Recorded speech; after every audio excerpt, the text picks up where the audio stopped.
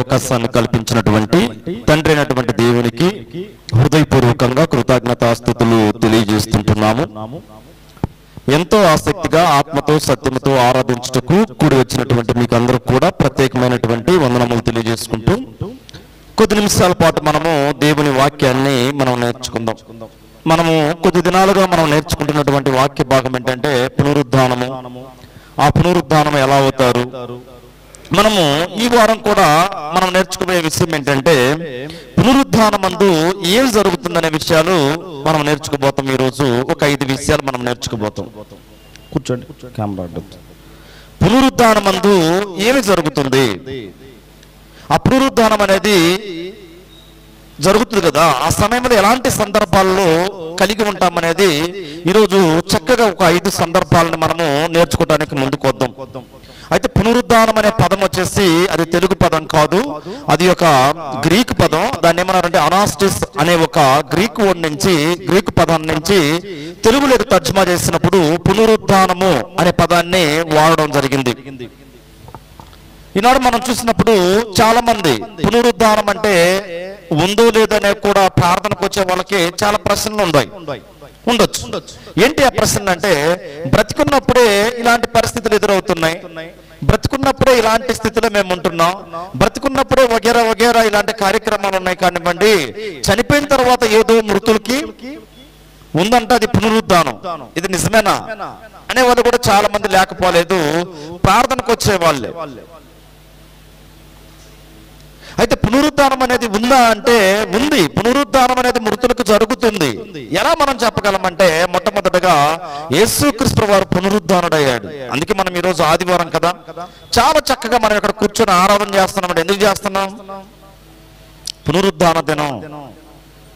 ఆయన మన కోసం ఏం చేశాడు? తిరగా లేచాడు అని నమ్ముతూ మనము ఆరాధన చేస్తూ ఉన్నాం. కానీ కొంతమంది, కొన్ని వర్గాలు ఉంటారు, ఉందగానే పునరుద్ధానం అనేది ఉందగానే ఉంటే బ్రతికిన తర్వాత వేరవుతారు అనేది కూడా నమ్మరు.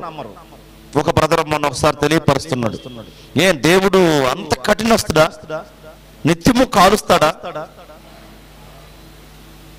నిత్యము అగ్నిలో వేస్తాడా, దేవుడికి అంత అన్యాయం ఇస్తాడని అడుగుతున్నాడు. అంటే మనకిచ్చినటువంటి ఆవిష్కారం 70-80 సంవత్సరాలు ఎందుకు ఇచ్చాడు?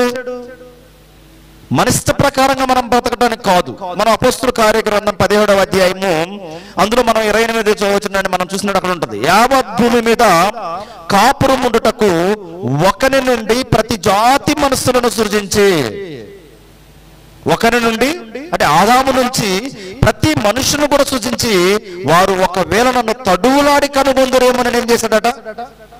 నిర్ణయ కాలం యొక్క పొలిమేర్లను ఏర్పరచను. అంటే మనకు ఒక గమ్యస్థానం అనేది ఉంది, ఒక ముగింపు అనేది ఉంది. ఆ ముగింపు లోపల మనం ఏం చేయాలంటే దేవుని ఎతికే విధంగా మనం ఎతికి ఆయన కనుగొనాలండి. ఎతికే విధంగా ఎతికి మనం కనుగొంటే ఖచ్చితంగా పునరుద్ధానంలో మనం దేవునితో కూడా ఉండబోతాం. కానీ ఎతికే విధంగా వెతకకుండా మనం ఒకవేళ ఈ భూమిని దాటితే మనము మరలా ఈ పునరుద్ధానంలో మనం ఎక్కడ ఉండలేము. పునరుద్ధానంలో దేవునితో కూడా ఉండలేమనేది మనకి బైబిల్ నేర్పుతున్నటువంటి సత్యం. అందుకే మనము ఈరోజు ఏం నేర్చుకోబోతున్నామంటే పునరుద్ధానం అందు ఏమి జరుగుతుందనే విషయాలు మనం నేర్చుకోబోతాం. మొదటిది మనం చూసినప్పుడు యేసుక్రీస్తు వారు తిరిగి ప్రత్యక్షమైనప్పుడు ఆ పునరుద్ధానం అనేది జరుగుతుంది. ఎప్పుడు జరుగుతుంది? యేసుక్రీస్తు వారు మరలా ప్రత్యక్షం కాబోతున్నాడు. మరలా ఈ మధ్య ఆకాశంలోనికి ఆయన ఏం చేయబోతున్నాడు? రావడానికి అయితే సిద్ధంగా ఉన్నాడు. చాలా మంది చెప్తూ ఉంటారు, దాదాపు చనిపోయి 2000 సంవత్సరాల పైచిలకు అయింది కానివ్వండి, ఇంకా రాలేదు, వస్తాడంటారా అనే వాళ్ళు కూడా చాలా మంది లేకపోలేదు. ఆయన ఎందుకు ఆయన యొక్క రాకడ ఆలస్యం చేస్తున్నారు? ఎప్పుడన్నా పరిశీలన చేశారా? మాట ఇచ్చినటువంటి వారు, నమ్మదగినటువంటి వాడు, నమ్మకం కలిగినటువంటి ఆయన. కానీ ఎందుకు ఆయన యొక్క రాక అనేది ఆలస్యం జరుగుతుంది? ఎప్పుడన్నా ఆలోచించారా? మీరు పేతురు రాసినటువంటి పత్రికలో ఉంటుంది. ఎందుకు ఆలస్యం అంటే ఎవ్వరు నశింపక ఇచ్చయింపవలనని, అంటే ఎవ్వరు కూడా నశించకూడదని.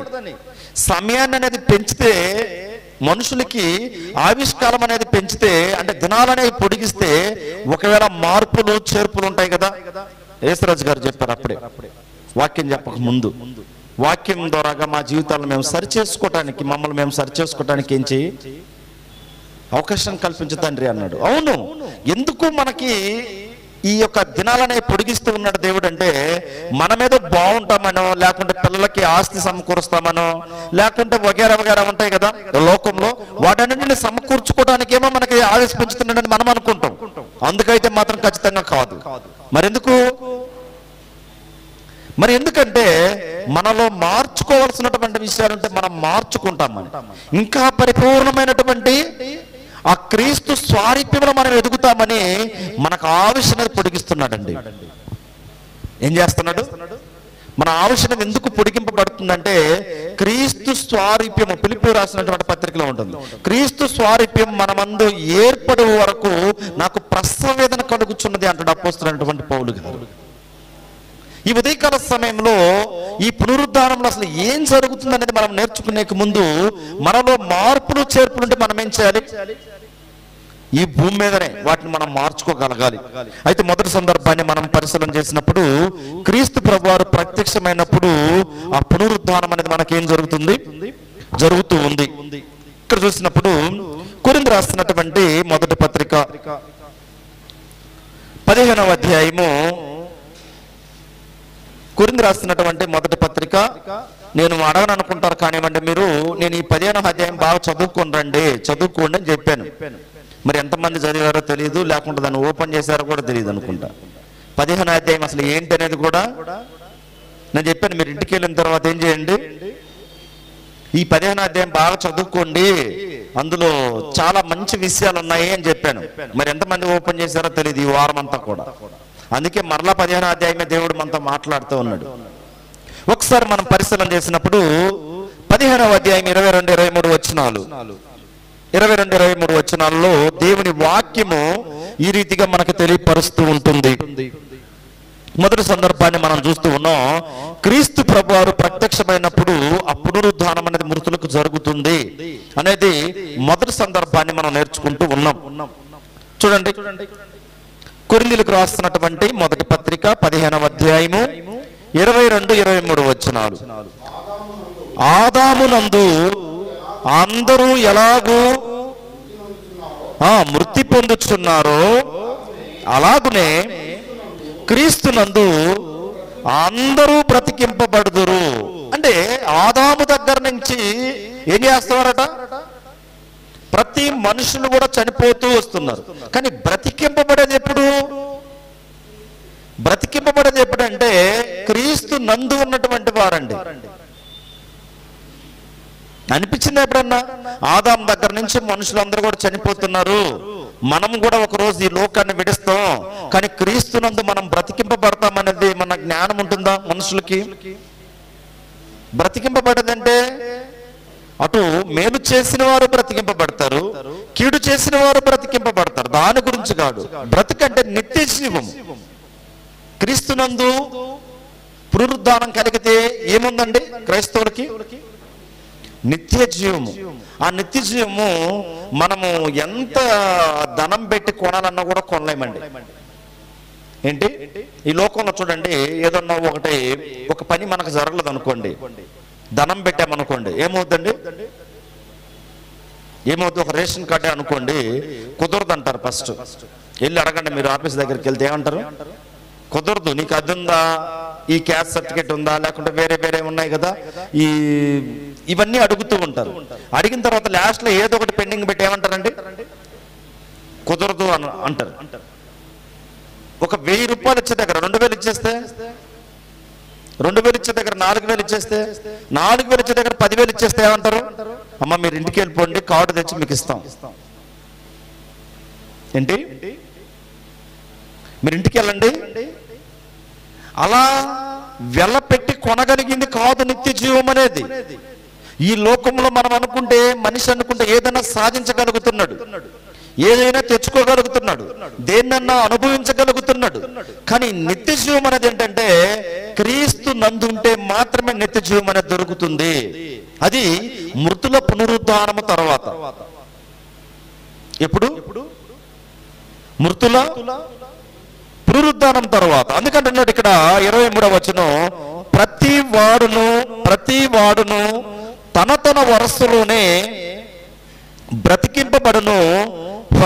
ప్రథమ ఫలము క్రీస్తు. తరువాత క్రీస్తు వచ్చినప్పుడు ఆయన వారు బ్రతికింపబడుదురు. ప్రతి వారు బ్రతికింపబడతారు.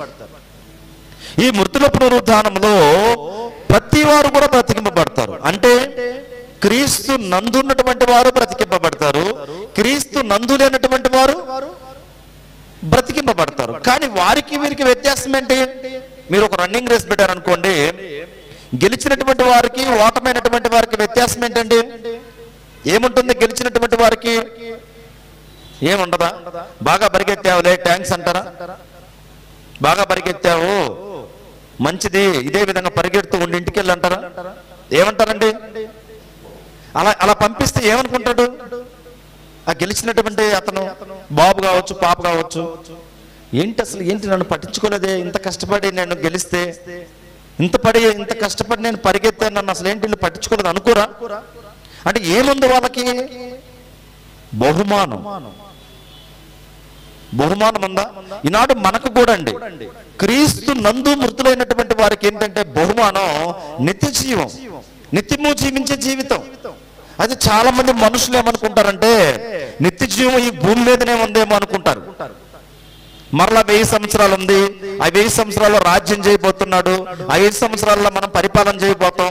ఇదంతా ఇక ఏముండదండి.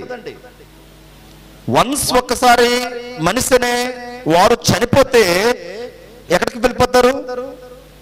మృతుల లోకానికి వెళ్ళిపోతారు, పాతాళ లోకానికి వెళ్ళిపోతారు. ఇక మరలా వచ్చి 1000 సంవత్సరాలు 2000 సంవత్సరాలకి పరిపాలన చేయరండి. మరేంటి?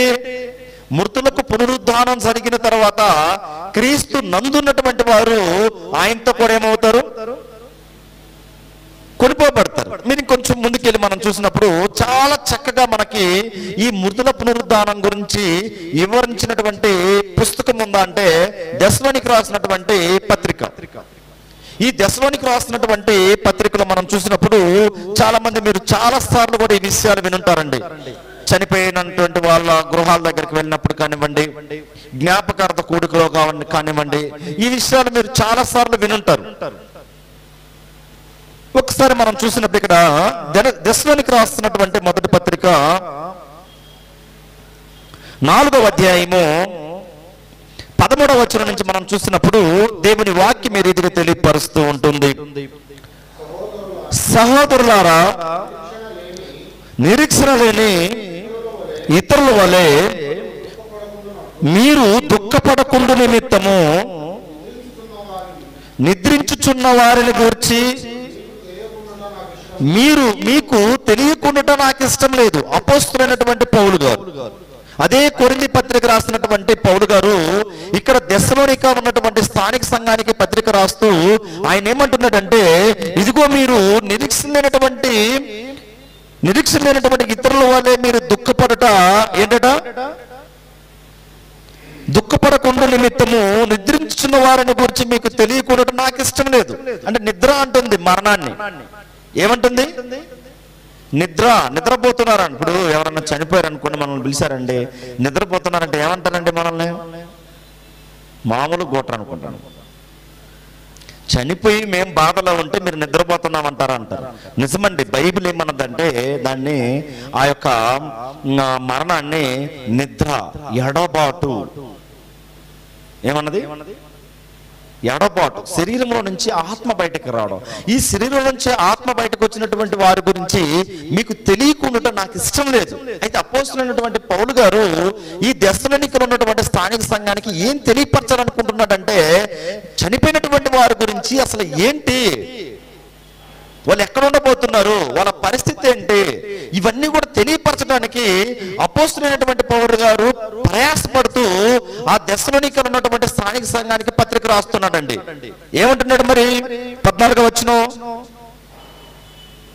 మొదటి దశలోనికి రాసిన పత్రిక 4వ అధ్యాయం 14వ వచనం చూడండి. యేసు మృతి పొంది తిరిగి లేచునని మనము నమ్మిన ఎడల అదే ప్రకారము యేసునందు నిద్రించిన వారిని దేవుడు ఆయనతో కూడా వెంట పెట్టుకుని వచ్చును. అంటే యేసుక్రీస్తు ప్రభువారు మృతి పొంది తిరిగి లేచాడని మీరు నమ్ముతున్నారు కదా? నమ్ముతున్నారా నమ్మలేదా? అంటే ఏమంటున్నారు వాళ్ళు? తెలియపరుస్తున్నాడు.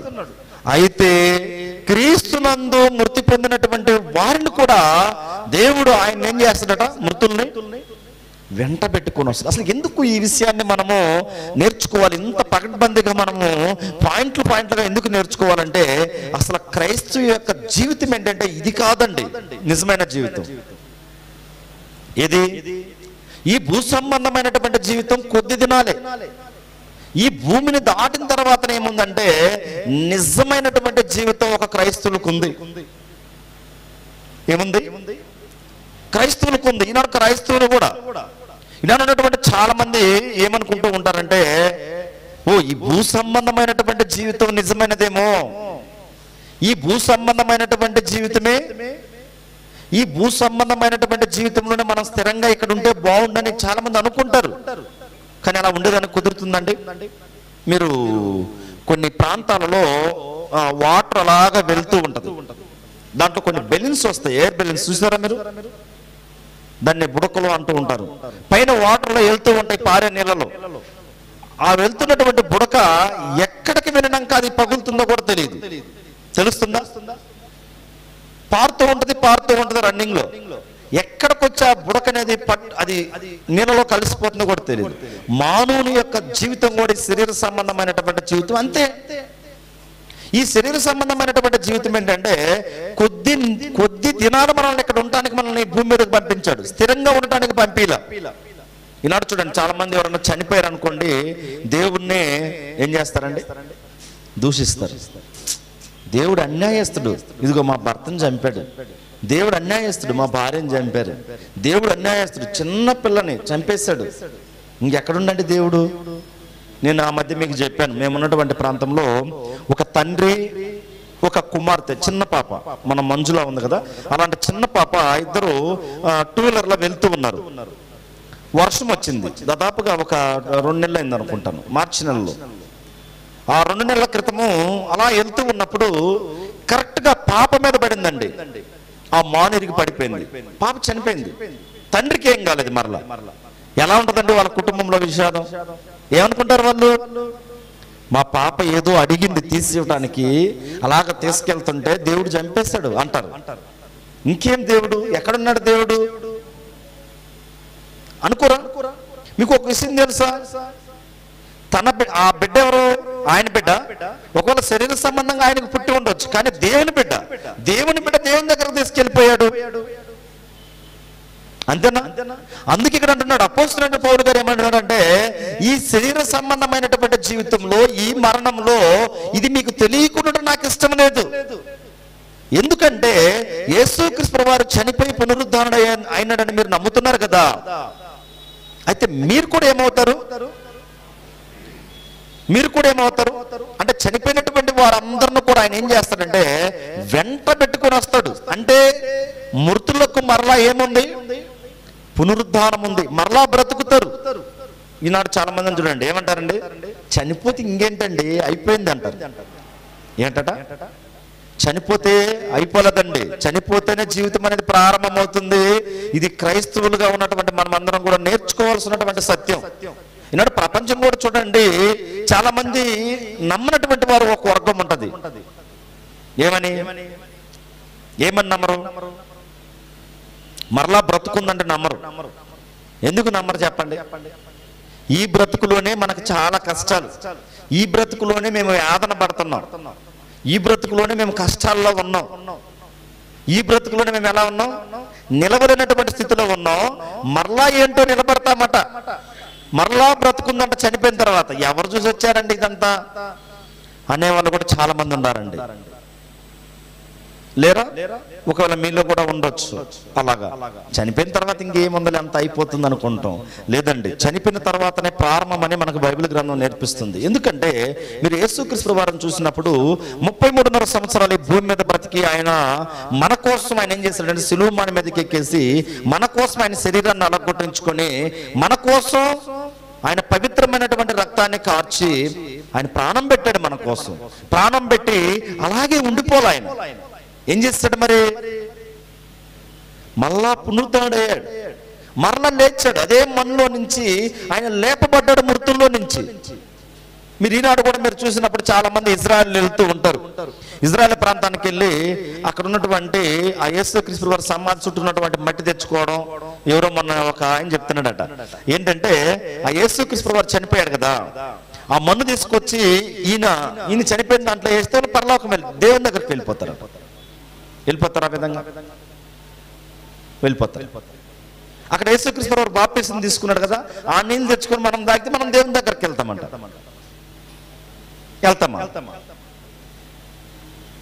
అంకుల్ అందరు పోరంగా పోతారు. ఆ విధంగా పోయేది ఎవరు కూడా రక్షణ పొందాల్సినటువంటి అవసరం లేదు. మనుషులకు రక్షణ అవసరం లేదు. యేసుక్రీస్తు వారి యొక్క త్యాగం అవసరం లేదు. కానీ మనిషితో వెళ్ళేది ఏంటంటే క్రియలండి.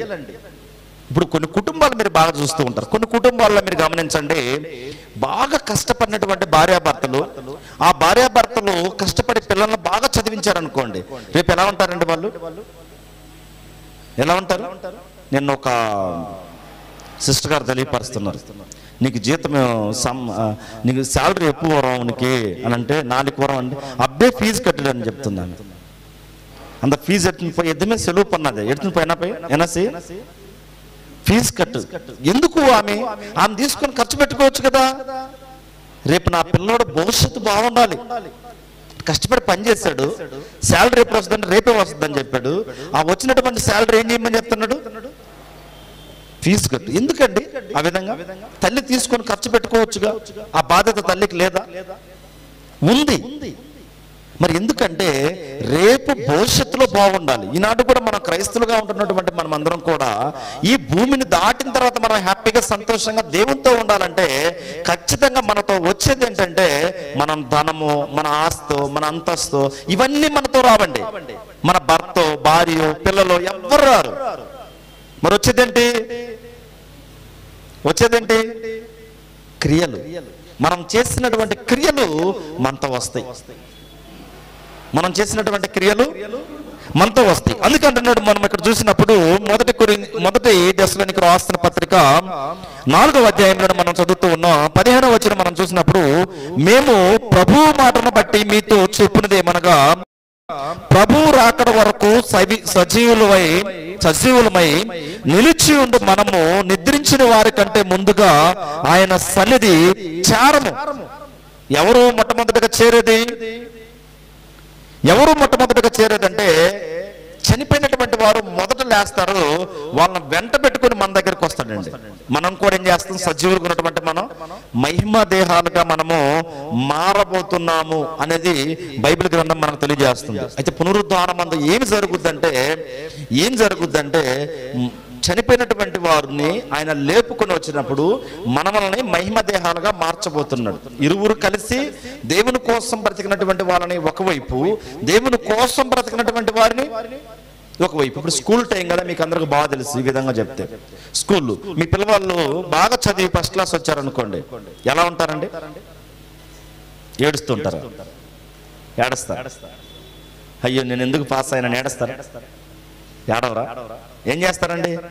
అక్కడ స్కూల్ దగ్గర నుంచి మా అమ్మకి చెప్పాలి, మా నాన్నకి చెప్పాలి. ఏమని? ఒక పాప అనుకోండి, పాప బాబు అమ్మ దగ్గరకు వచ్చి నేను పొరపాటుగా పాస్ అయ్యానని ఏడుస్తుందా? ఏడిస్తే ఏమంటారండి? నీకేం పిచ్చా, పాసే కదా అయ్యా, మంచిదేగా అంటారు. నిజమండి. ఈనాడు కూడా చూడండి, మనం చూసినప్పుడు గమనించినప్పుడు మృతులకు పునరుద్ధానం జరిగినప్పుడు మనము జీవ పునరుద్ధానంకి నడిపింపబడాలి, నిత్య జీవానికి మనం నడిపింపబడాలి. నిత్య జీవానికి నడిపింపబడినప్పుడు చాలా కష్టం అండి, యాతనకరమైనటువంటి కష్టపడాల్సి వస్తుంది. అందుకే ఈ భూ సంబంధమైనటువంటి జీవితంలో ఈ 70-80 సంవత్సరాలలో మనం తెలుసుకోవాల్సినటువంటి విధానంలో దేవుణ్ణి తెలుసుకోవాలి. అలా తెలుసుకుంటే హ్యాపీగా మనం దేవునితో కూడా ఉండబోతాం. అయితే రెండో సందర్భాన్ని మనం చూసినప్పుడు, ఇప్పుడు రెండో సందర్భాన్ని మనం చూసినప్పుడు ఈ మృతులు ఉన్నారు కదా, చనిపోయినటువంటి వారు, చెడ్డవారు మంచివారు ఇద్దరు లేపబడతారా అంటే ఇద్దరు. ఇప్పుడు దేవుని యందు ఉన్నటువంటి వారు, క్రీస్తు నందు ఉన్నటువంటి వారు లేపబడతారు, క్రీస్తు నందు లేకుండా చనిపోయినటువంటి వారు కూడా లేపబడతారు. ఇద్దరికి కూడా ఏముంది? మృతుల పునరుద్ధానం ఉంది. పునరుద్ధానం అనేది జరుగుతుంది. పునరుద్ధానం అంటే అనాస్టిస్ అనే ఒక గ్రీక్ వర్డ్, అంటే లేపబడుట. ఏంటి అంటే లేపబడుట అంటే చనిపోయినటువంటి వారిని ఏం చేయబోతున్నాడు ఆయన? మరలా లేపబోతున్నాడు. అయితే ఇలాంటి చాలా మందికి ఆశ్చర్యం వస్తుందండి. ఒక వాక్య భాగాన్ని చూసి మనం కొంచెం ముందుకు వెళ్దాం. మీరు చూడండి, కొరింథీయులకు రాస్తున్నటువంటి మొదటి పత్రిక 15వ అధ్యాయము, కొరింథీయులకు రాస్తున్నటువంటి మొదటి పత్రిక 15వ అధ్యాయము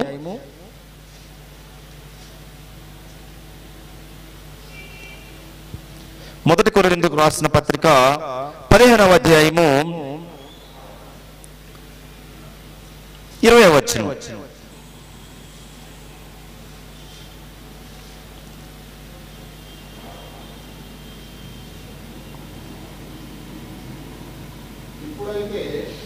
ఇప్పుడైతే నిద్రించుచున్న వారిలో ప్రథమ ఫలముగా క్రీస్తు మృతుల్లో నుండి లేపబడి ఉన్నాడు.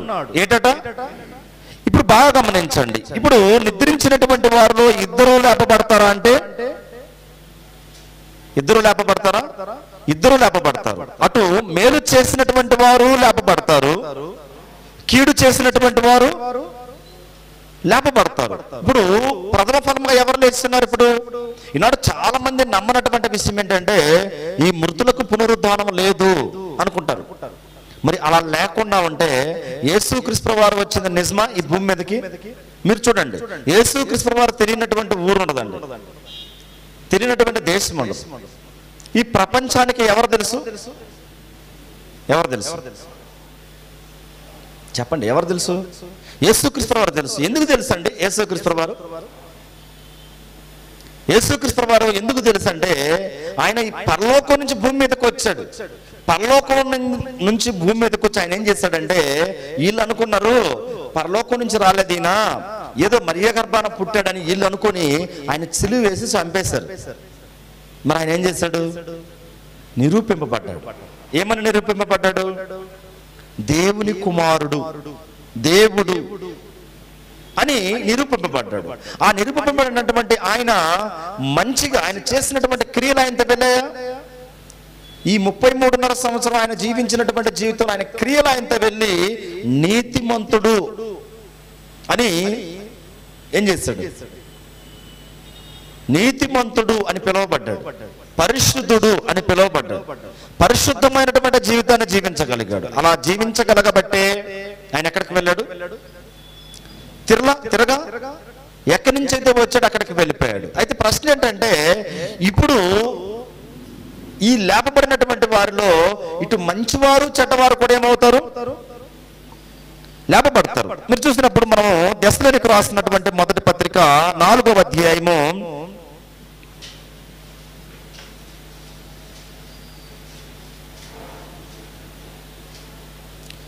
2వ సందర్భాన్ని మనం నేర్చుకుంటూ ఉన్నాం. పునరుద్ధాన సమయంలో భూమి మీద మనుషులు ఏం చేస్తారట? నివసిస్తారు. పునరుద్ధాన సమయంలో అంటే పునరుద్ధానం అనేది మనుషులకు జరుగుతూ ఉన్నప్పుడు భూమి మీద ఏం జరుగుద్ది? మనం సజీవులుగా ఉంటాం. ఒకవేళ ఆయన చెప్పాడు కదా, నేను వస్తాను మిమ్మల్ని నేనున్నటువంటి స్థలాలకు తీసుకెళ్తాను, అక్కడ స్థలాలు సిద్ధపరచడానికి నేనేం చేశాను? నేను వెళ్ళాను, మీకు అనేకమైనటువంటి నివాస స్థలములు నా తండ్రి దగ్గర ఉన్నాయి అని చెప్పాడు. ఇప్పుడు మనం ఇక్కడ ఉన్నటువంటి మనము అక్కడికి మనం వెళ్ళాలంటే మరి ఏం చేయాలి? మరి అక్కడికి మనం వెళ్ళాలంటే ఇక్కడ మన క్రియలు బాగుండాలి. ఇక్కడ మన క్రియలను బట్టే మనకు అక్కడికి స్థలం. ఇప్పుడు చూడండి, ఒక కుటుంబము భార్యాభర్తలు కావచ్చు, బాగా కష్టపడి వాళ్ళు చాలా కష్టపడినటువంటి వాళ్ళు ఎలా ఉంటారో చూడండి.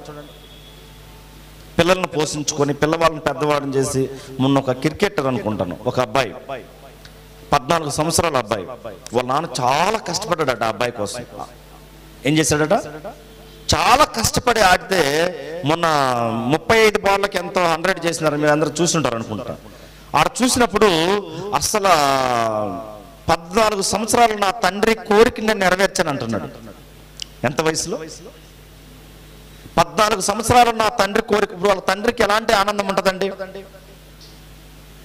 14 సంవత్సరాలలో పెద్ద పెద్ద వాళ్ళతో ఆడే స్థితిలో నా కుమారుడు ఎదిగాడంటే తండ్రి ఎంత సంతోషపడతాడు? ఏడుస్తాడా? ఎందుకురా ఈ విధంగా ఆడామంటాడా? అంటాడా? ఇంటికి వెళ్తున్నాను ఏమంటారు? మరి ఎలా చూస్తారు అతన్ని? దేవుడు కూడా అంతే కదా. మనం నీతిగా బ్రతికి భూమిని దాటిన తర్వాత మనం విడిచిపెడతాడా దేవుడు?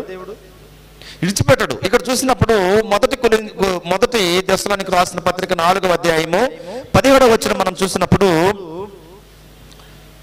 ఆ మీదట సజీవులమై నిలిచి ఉండి మనము వారితో కూడా ఏకముగా ప్రభువుని ఎదుర్కొనుటకు ఆకాశ మండలమునకు మేఘముల మీద కొనిపోదుము. బ్రతికున్నటువంటి మన గురించి చెప్తున్నారండి. ఒకవేళ ఇప్పుడే ప్రభు వచ్చారనుకోండి, మృతులను లేపుతారు ఫస్ట్ మొట్టమొదటిగా. దాని తర్వాత సజీవులుగా ఉన్నటువంటి మనల్ని మహిమ దేహాలుగా మార్చి ఆకాశ మండలం మీదగా మనల్ని ఏం చేస్తాడట? తీసుకువెళ్ళిపోతాడు. కాగా మనము సదాకాలము ప్రభుతో కూడా ఉందుము. కాబట్టి మీరు ఈ మాటల చేత ఒకరినొకడు ఆదరించుకునుడి. ఏం చేయాలంటే ఒకరికొకరు. రెండో సందర్భాన్ని మనం చూస్తూ ఉన్నాం. పునరుద్ధాన సమయంలో భూమి మీద మనం బ్రతికుంటామంటే అవును బ్రతికి ఉంటాం. ఒకవేళ ఆయన రాకడ ఇప్పుడే వచ్చింది అనుకుని మనం సజీవులుగానే ఉంటాం. మనల్ని మహిమ దేహాలుగా మార్చబోతుడు. మహిమ దేహాలుగా మార్చి తీసుకొచ్చినటువంటి ఆ మృతులందరితో కలిపి మనల్ని దేవుని దగ్గర తీసుకెళ్ళిపోతారు. అయితే ప్రశ్న ఏంటంటే, ఇక్కడ ఇద్దరు లేపబడతారా? చనిపోయినటువంటి వారిలో కీడు చేసి చనిపోయినటువంటి వారు కావచ్చు, మేలు చేసి చనిపోయినటువంటి వారు కావచ్చు, ఇద్దరు కూడా లేపబడతారా అంటే మూడో సందర్భాన్ని మనం చూస్తూ ఉన్నాం. ఇద్దరు లేపబడతారంటే ఇద్దరు. మీరు చూసినప్పుడు అపోస్తుల కార్యగ్రంథం 24వ అధ్యాయము 14వ వచనం, మూడో సందర్భాన్ని మనం గమనిస్తూ ఉన్నాం. అపోస్తుల కార్యగ్రంథం 24వ అధ్యాయము 14వ వచనం.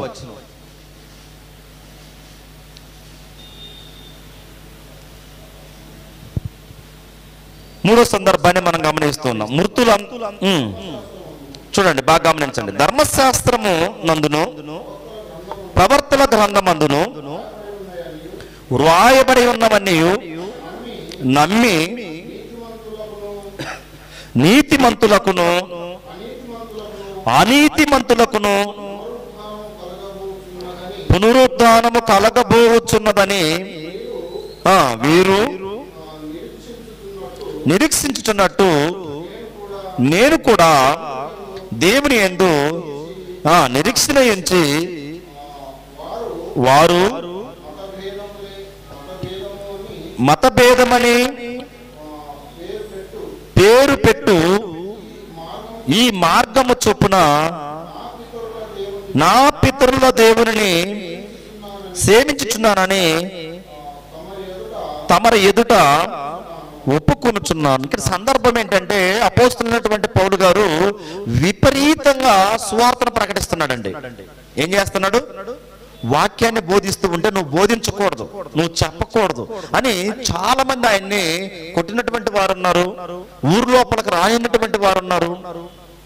వారందరూ ఉన్నప్పుడు వారి మధ్యలో ఇక ఏం చేస్తాడంటే, నేను మీ దగ్గర కాదు, నేను ఎవరి దగ్గర చెప్పుకుంటాను, ఇక వెళ్ళి ఎవరైతే అధికారులు ఉన్నారో వాళ్ళ దగ్గరికి నన్ను తీసుకెళ్ళండి, నేను అక్కడికి వెళ్ళి చెప్పుకుంటాను అన్నప్పుడు వాళ్ళందరూ ధర్మశాస్త్రంలో చాలా ప్రవీణులు అయిపోయి ఉన్నారు. ధర్మశాస్త్రంలో బలంగా ఉన్నారు. కానీ అలాంటి వారి ముందు నిలబడి అపోస్తులైనటువంటి పౌలు గారు ఏం తెలియజేస్తున్నాడు? ధర్మశాస్త్రమందును ప్రవర్తన గ్రంథమందును రాయబడి ఉన్న నీవు నమ్మి నీతిమంతులకును అవినీతిమంతులకును పునరుద్ధానము కలగబోచున్నదని ఏం చెప్తున్నాడండి?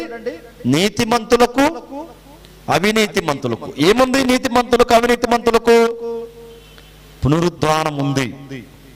అది ఇక్కడ బాగా గమనించవలసినటువంటి విషయం ఏంటంటే, నీతిమంతులకు అవినీతిమంతులకు పునరుద్ధానం ఉంది కానివ్వండి, కానీ నీతిమంతులు మాత్రం మనం ప్రారంభంలో చూసాం ఎక్కడుంటారు? నిత్య జీవము. మరి అవినీతిమంతులు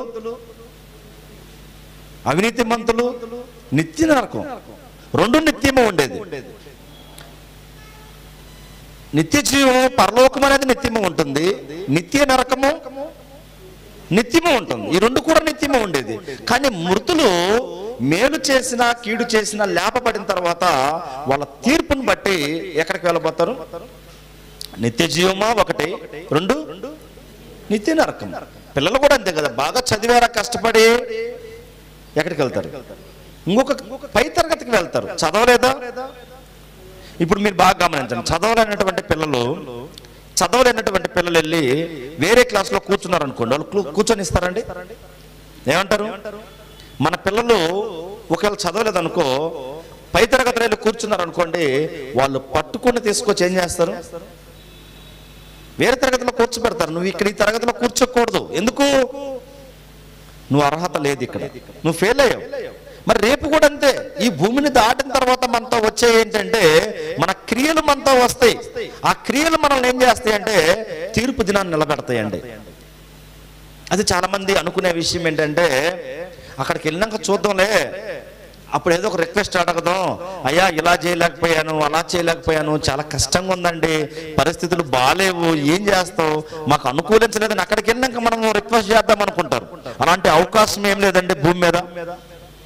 ఒక్కసారి వన్స్ చనిపోయిన తర్వాత మరలా మనిషికి ఏం లేదు, అవకాశం లేదు. ఇక అవకాశం దేవుడు ఇవ్వటానికి కూడా ఇష్టపడడు, ఇవ్వడు కూడా. ఇవ్వడనే సంగతిని మనకి ఇక్కడ తెలియపరుస్తూ ఉందని 4వ సందర్భాన్ని మనం చూసినప్పుడు, చనిపోయినటువంటి వారు భూమి మీదకి ఏం చేయరు, రారు. అది మంచి చేసినా సరే చెడు చేసినా సరే చనిపోయినటువంటి వారు ఎక్కడికి రారు? భూమి మీదకి రారు. భూమి మీదకి వచ్చేదానికి దేవుడు అవకాశం ఇవ్వలేదు. ఒకే జీవితం. మీరు చూసినప్పుడు ఇక్కడ మనం గమనించినప్పుడు ప్రసంగి గ్రంథం 4వ సందర్భాన్ని మనం గమనిస్తూ ఉన్నాం. ప్రసంగి గ్రంథం 9వ అధ్యాయము 5-6 వచనాలలో దేవుని వాక్యం ఈ రీతిగా తెలియపరుస్తూ ఉంటుంది.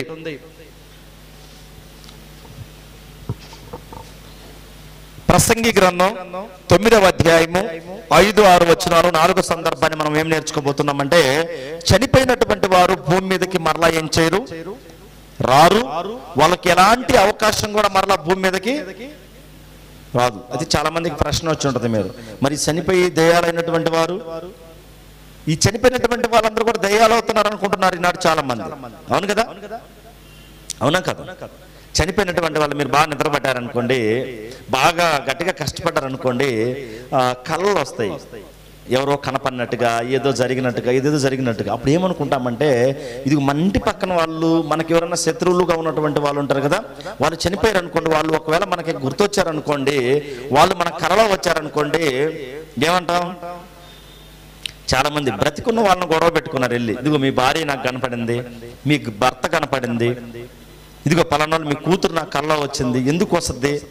ఆయనకేం తెలుసా? ఏమండి? బ్రతికున్న వారికి తెలుసా చనిపోయినటువంటి వారి గురించి? అంటే మీరు ఆదాం దగ్గర నుంచి కూడా బాగా గమనిస్తే, ఆదాం దగ్గర నుంచి అంటే మొట్టమొదటి మానవుడి దగ్గర నుంచి ఇప్పుడు దాకా కూడా ఈ చనిపోయినటువంటి వాళ్ళందరూ కూడా మీరు అనుకున్నట్టుగా, కొంతమంది అనుకున్నట్టుగా దయ్యాలు, భూతాలు, లేకుంటే వగేరా అయితే ఎవరు ఎక్కువ మంది ఉంటారండి? చనిపోయిన వారు ఎక్కువ ఉన్నారా, బ్రతికిన వారు ఎక్కువ ఉన్నారా? చెప్పండి. చనిపోయిన వారు ఎక్కువై ఉంటారు, అంతే కదా? ఇప్పుడు భూమి పుట్టి దాదాపు 6000 సంవత్సరాలు అంటే ఎంత మంది చనిపోయి ఉంటారు? మరి వాళ్ళందరూ దయాలై తిరుగుతున్న మనకు తిరిగేదానికి ఎక్కడ స్థలం ఉంటుందండి? ఉంటుందా? అందుకే బైబిల్ గ్రంథం ఏం చేస్తుందంటే ప్రతి అంశానికి స్పష్టత ఇస్తుంది, ప్రతి అంశానికి ఏం చేస్తుందంటే వివరణ ఇస్తుంది. అందుకే బైబిల్ సత్యమైనటువంటి గ్రంథం అంటుంది నాడు ప్రపంచం. మీరు చూసినప్పుడు ఒక్కసారి చనిపోయినప్పుడు మరలా భూమి మీదకి వచ్చే అవకాశం లేదు. మీరు చూసి ఇక్కడ చూద్దాం మనం ప్రసంగి గ్రంథం 9వ అధ్యాయము 5 వచనం 5-6 వచనాలు బాగా గమనించండి. బ్రతికి ఉండువారు తాము చతురు అని ఎరుగుదురు, అయితే సచ్చిన వారు ఏమీ ఎరగరు. ప్రసంగి గ్రంథం 9వ అధ్యాయము 5-6 వచనాలు ఏమంటుందండి?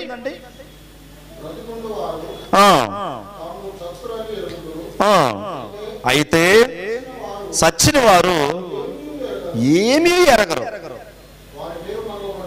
వారు పేరు మరువబడి ఉన్నది, వారికి ఏ లాభము కూడా ఏంటంట లేదు. ఒకవేళ మిమ్మల్ని నేను ప్రశ్న అడుగుతా చూడండి, మీ నాన్న పేరు అడిగితే చెప్పగలరు, మీ నాన్న వాళ్ళ నాన్న పేరు అడిగితే చెప్పగలరు, మీ నాన్న వాళ్ళ నాన్న పేరు అడిగితే ఏం చేయగలరు? మాకెక్కడ గుర్తుంటుందండి అంటారు. అయితే వాళ్ళు ఏమై ఉన్నారండి? ఇప్పుడు ఒక 2-3 తరాలు మీ తాతల పేర్లు చెప్పమంటే చెప్పగలరా? మీరు చెప్పగలరా? ఇప్పుడు వాళ్ళ కోసం ఇప్పుడు ఏడవగలరా? మీరు ఏడవలేరు. అయితే వాళ్ళు మరువబడి ఉన్నారని చెప్పేసి వాళ్ళకి ఇక మళ్ళీ బ్రతుకులేదని కాదు, వాళ్ళతో వెళ్ళింది ఏంటంటే క్రియలు. వాళ్ళు ఈ భూమి మీద బ్రతికి ఉన్నప్పుడు చేసినటువంటి క్రియలు వారితో వెళ్ళిపోయాయి. అయితే వాళ్ళకి ఇక ఏముండదంటే వారికి ఇక ఏ లాభము కలగదు, ఏమీ కలగదు. అయితే 6వ వచనం, వారిక ప్రేమింపరు, పగ పెట్టుకొనరు, అసూయపడరు, సూర్యుని కింద జరుగు వాటిని దేని ఎందును వారికి ఇక నెప్పటికీ వంతు లేదు.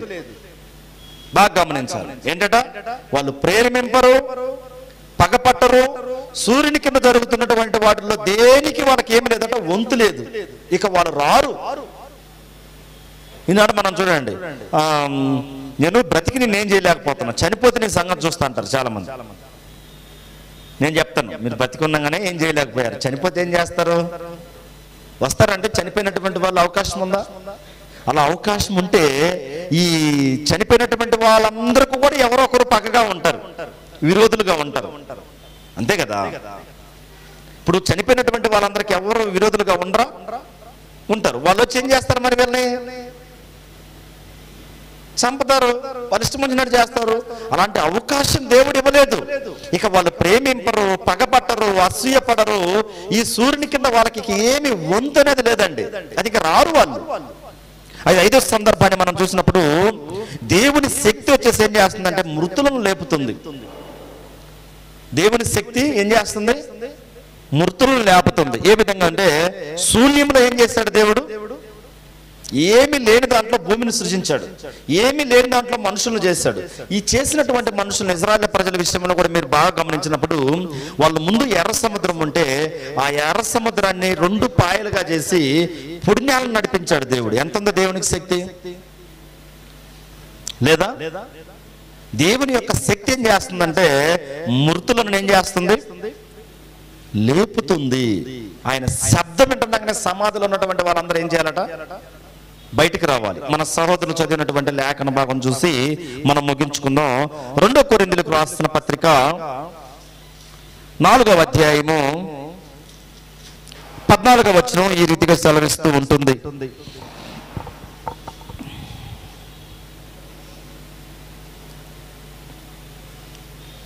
విశ్వసించితిని కనుక, కొరింథీయులకు రాసిన పత్రిక 2వ పత్రిక 4వ అధ్యాయం 16 నుంచి 18 వచనాలు మనం చూసినప్పుడు విశ్వసించుతుని గనుక మాటలాడితిని అని రాయబడిన ప్రకారము అట్టి విశ్వాసంతో కూడిన ఆత్మ గలవారమై ప్రభువైన యేసును లేపిన వాడు యేసుతో మమ్మును కూడా లేపి మీతో కూడా తన ఎదుట నిలువబెట్టనని ఎరిగి మేమును విశ్వాసముంచుచున్నాము కనుక మాటలాడుచున్నాము.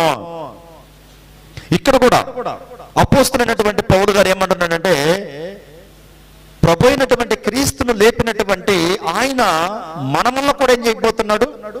లేపబోతున్నాడు. ఒక చనిపోయినటువంటి వ్యక్తిని లేపగలుగుతున్నాడు అంటే ఎంత శక్తి ఉందండి.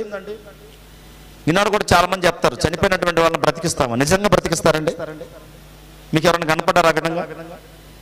చనిపోయినటువంటి వాళ్ళని బ్రతికిస్తారా? బ్రతికించే శక్తి దేవుడు ఎవరికి ఇవ్వాల. ఎవరికి ఇచ్చాడంటే యేసుక్రీస్తు వారికి మాత్రమే. దాని తర్వాత అపోస్తులకు మాత్రమే ఆ శక్తిని ఇచ్చారు కానివ్వండి, దాని తర్వాత ఎవరికి ఇవ్వాల. అయితే ఇక్కడ ఏమంటున్నాడంటే అపోస్తులైనటువంటి పౌలు గారు, ఇదిగో చనిపోయినటువంటి క్రీస్తును లేపాడు, అయితే మమ్మను కూడా లేపతాడనేది ఏంది? మేము ఆ విశ్వాసంలో ఉన్నాము. అయితే ఇక్కడ చూసినాడు 16వ వచనం, కావున మేము అధైర్యపడము, మా బాహ్య పురుషుడు కృషించుచున్నను, అంతర్య పురుషుడు దినదినము నూతన పరచబడుచున్నాడు. బాగా గమనించాలి, ఇది బాహ్య పురుషుడు ఏమవుతున్నాడు అంటే దినదినము. మీకు తెలుసో తెలియదు ఈ విషయం, మనలో ఉన్నటువంటి శరీరం రోజు రోజుకి మట్టికి దగ్గర అవుతుంది. దేని దగ్గర అవుతుంది కాదా?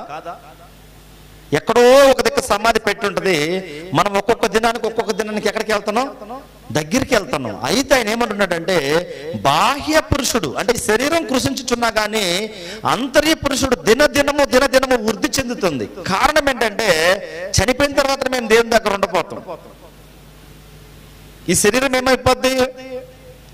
మట్టికి వెళ్ళిపోద్ది. కానీ లోపల ఉన్నటువంటి బాహ్య అంతర్య పురుషుడు ఏం చేస్తున్నాడంటే ఆత్మ అనేది దినదినము ఏం చేస్తున్నాడట?